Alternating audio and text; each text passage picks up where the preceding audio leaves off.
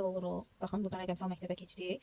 Burada bizə deyir ki, şagird kimi daxil, valideyn, müəllim və direktor kimi. Burada valideyn olaraq əvvəl özümüz qeydiyyatdan keçirik, sonra şagirdi keçirəcəyik. Çünki şagird özü bizdən asılıdır.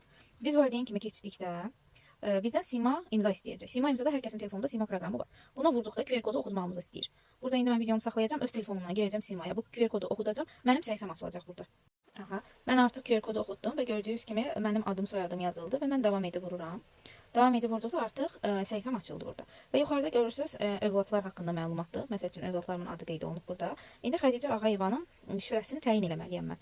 Yəni övladımın şifrəsini təyin etməliyəm. Düşürəm aşağıda övladın şifrəsini təyin et bölməsinə. Vururam buradan. Görürsünüz avtomatik həmin uşağın UTIS kodu gəlir. Bax, UTIS kod buradadır. Öz avtomatik yazılır.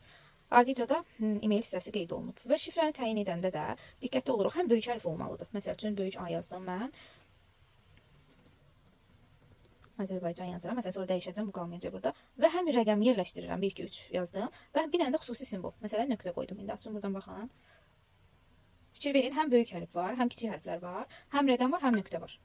Yəni siz bunlara diqqət edin ki, həm xüsusi simvol, həm rəqəm, həm böyük və kiçik hərfləriniz olsun. Bunları qeyd edin, hər iki xanaya eyni kodu qeyd edin və təsdiqi vurun. Düşün aşağıdan təsdiq sözünü vurun, təsdiq sözünü təsdiqləyin. Bu qədər. Ondan sonra çıxışı vurub öz adımızdan çıxırıq buradan. Həmən uşağın adına gəlirik. Baxın, şagirdin adına daxil oluruq. Şagirdin burada UTIS kodu avtomatik özü yazır. Yazılmasa da siz özünüz və yaxud ki səhifədən skrin edin, yadda saxlayın.